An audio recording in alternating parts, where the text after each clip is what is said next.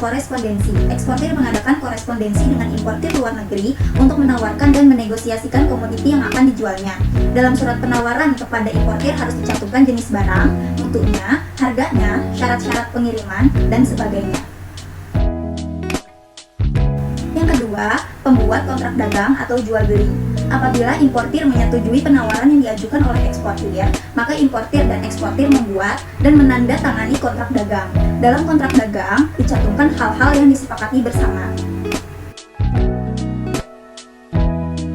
Yang ketiga, penerbitan letter of credit. Setelah kontrak dagang ditandatangani, maka importir membuka LC melalui bank koresponden di negaranya dan mengirimkan LC tersebut ke bank devisa yang ditunjuk untuk memberitahukan diterimanya LC tersebut kepada eksportir. Ada beberapa pengurus dokumen, yaitu surat keterangan asal atau SKA, packing list, commercial invoice, sertifikat barang, atau dokumen lainnya. Mempersiapkan barang ekspor. Dengan diterimanya LC tersebut, maka eksportir mempersiapkan barang-barang yang dipesan importir. Keadaan barang-barang yang dipersiapkan harus sesuai dengan persyaratan yang tercantum dalam kontrak dagang dari LIC.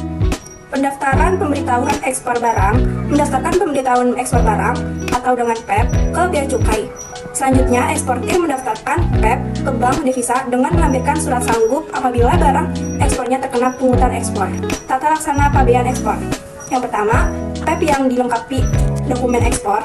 Yang kedua, pemeriksaan barang ekspor dan penelitian dokumen. Jika barang terkena pajak ekspor, maka harus dilunasi dulu termasuk pembayaran cukai. Yang ketiga, pembayaran pajak ekspor dilakukan di dua tempat, yaitu bank devisa atau di kantor pembayaran bea cukai dengan cara tunai dan dokumen tanda terima setoran. Pemesanan ruang kapal, eksportir memesan ruang kapal ke perusahaan pelayaran samudra atau perusahaan perdagangan. Perlu dicek perusahaan perkapalan mana yang mempunyai tarif angkutan kargo paling murah dan paling memberikan jaminan akan ketepatan waktu perjalanan pelayaran. Jadi, ini merupakan salah satu proses pengiriman barang ke pelabuhan. Eksportir sendiri dapat mengirim barang ke pelabuhan, pengiriman dan pengurusan barang ke pelabuhan serta ke kapal laut dapat juga dilakukan oleh perusahaan jasa pengiriman barang atau perusahaan freight forwarding atau biasa disebut perusahaan ekspedisi muatan kapal laut atau IMKL. Dokumen-dokumen ekspor disertakan dalam pengiriman barang ke pelabuhan dan ke kapal laut. Ini prosesnya untuk menuju ke pelabuhan agar disimpan di peti kemas atau kontainer. Setelah dilakukannya pengemasan di pelabuhan, barang akan dikirim ke kapal laut. Pemeriksaan bea cukai. Ini merupakan proses pemeriksaan bea cukai. Di pelabuhan, dokumen ekspor diperiksa oleh pihak bea cukai apabila diperlukan. Barang-barang yang akan diekspor diperiksa juga oleh pihak bea cukai. Apabila barang-barang dan dokumen yang menyertainya telah sesuai dengan ketentuan dari perusahaan, maka bea cukai menandatangani pernyataan persetujuan muat yang ada pada PIB. Pemuatan barang ke kapal. Ini adalah proses pemuatan barang ke kapal setelah adanya pengiriman barang ke pelabuhan, kemudian disimpan di dalam peti kemas atau kontainer irak dan dilakukan pemeriksaan bea cukai pada saat di pelabuhan.